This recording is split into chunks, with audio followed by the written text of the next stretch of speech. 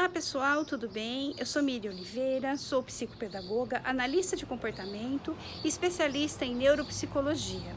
Eu trabalho com educação há mais de 30 anos e durante todo esse tempo eu tenho feito um trabalho também muito intenso, não somente com crianças, mas também orientando pais no processo de educação dos filhos.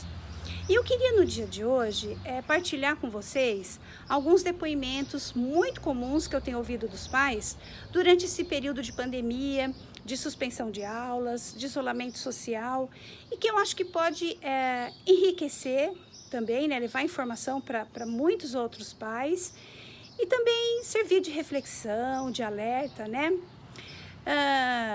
O que esses pais começaram a observar nas crianças de alterações? Então, isso eu vi muito. A criança passou a comer demais. Nossa, fulano está comendo demais. Ou está comendo de menos. Ele está tendo dificuldade para dormir. Ele ou ela está tendo dificuldade para dormir. Meu filho está muito agitado. Meu filho está muito chorão. Meu filho está muito irritado, né? Muito agitado. Então, vamos pensar primeiro o seguinte. Nós estamos vivendo a maior crise sanitária do século. E essa crise sanitária, ela não atingiu só a saúde, ela trouxe para as pessoas uma instabilidade muito grande, porque houve uma quebra repentina da rotina das pessoas, de uma forma geral. As pessoas se viram obrigadas a ficar isoladas em casa, restritas a uma porção de coisas, e essa restrição, esse sofrimento por conta do isolamento, né, toda essa situação, ela também impactou as crianças. Então, ela não impactou só o mundo adulto. Tudo que a pandemia trouxe com ela impactou também as crianças. E de forma muito intensa também, porque as aulas foram suspensas, a criança ou as crianças perderam contato com os amigos, ficaram restritas no seu espaço de socialização, no seu espaço de brincar.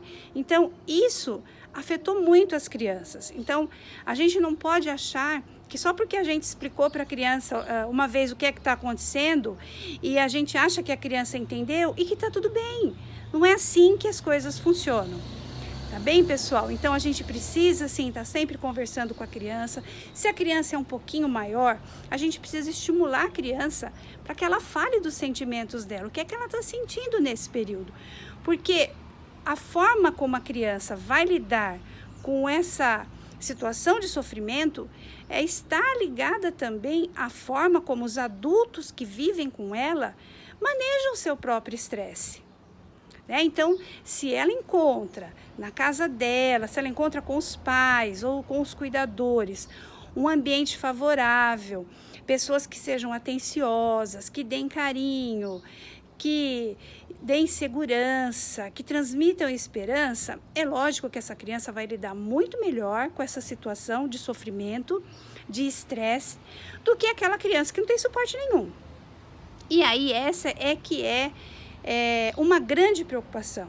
É quando esse estresse, esse sofrimento, ele se torna tóxico. E quando é que esse sofrimento se torna tóxico?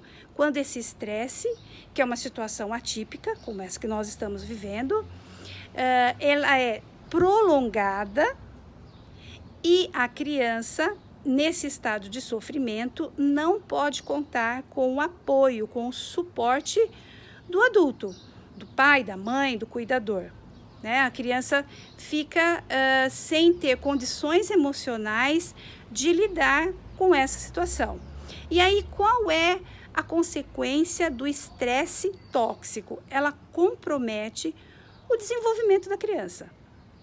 Então, ela compromete o desenvolvimento neurológico, ele fica comprometido. Esse estresse tóxico, ele acaba comprometendo também, afetando outros sistemas do nosso corpo, como o sistema imunológico. Então, se fica propenso a maior número de doenças, problemas psíquicos, como a depressão, ansiedade, tendência ao suicídio. Então, pessoal, olha como é importante a gente estar atento a esses sinais, a essas alterações de comportamento da criança e a gente poder transmitir para as crianças, né, ou para essa criança que está em sofrimento, afeto, atenção, dar um suporte para essa criança. Olha como isso é importante. Porque o que tem acontecido muito, né? Muitos pais estão trabalhando em casa. Mas o fato deles ficarem em casa com as crianças não significa necessariamente que os pais estejam dando para a criança aquele suporte que ela precisa, aquela atenção que ela precisa. E às vezes nem os próprios pais se dão conta disso, não é nem por conta de ser uma ação consciente, mas é que os adultos também estão estressados, também eles foram impactados, não é verdade? Então, o que a gente precisa nesse momento é olhar para as crianças, saber que para elas também foi e está sendo difícil, elas também estão em situação de sofrimento. E aí, nós adultos, lidarmos melhor com o nosso estresse para poder dar assistência para aquela criança que também depende de nós, que precisa do nosso apoio, do nosso amparo, da nossa atenção, do nosso carinho, para que ela continue se desenvolvendo de forma saudável. Então, eu queria deixar esse alerta para os pais nessa reflexão, fiquem atentos a esses sinais, deem atenção, deem carinho, deem suporte para que essa criança continue se desenvolvendo sem maiores problemas.